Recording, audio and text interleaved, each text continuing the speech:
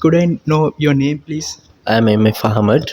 Who are you with? I'm a gym trainer and also I'm a LOL economics teacher. And today I am come to participate this program for value add to my knowledge. Yeah.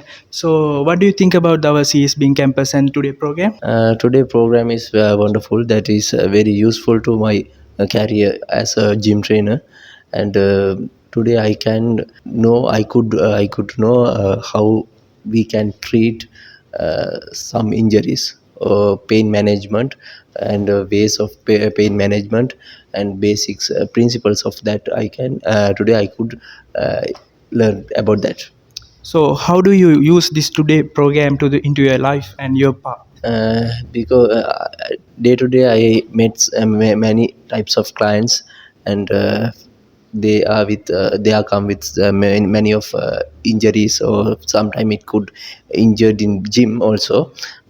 So I can use this program knowledge to apply that client and make manage in pain.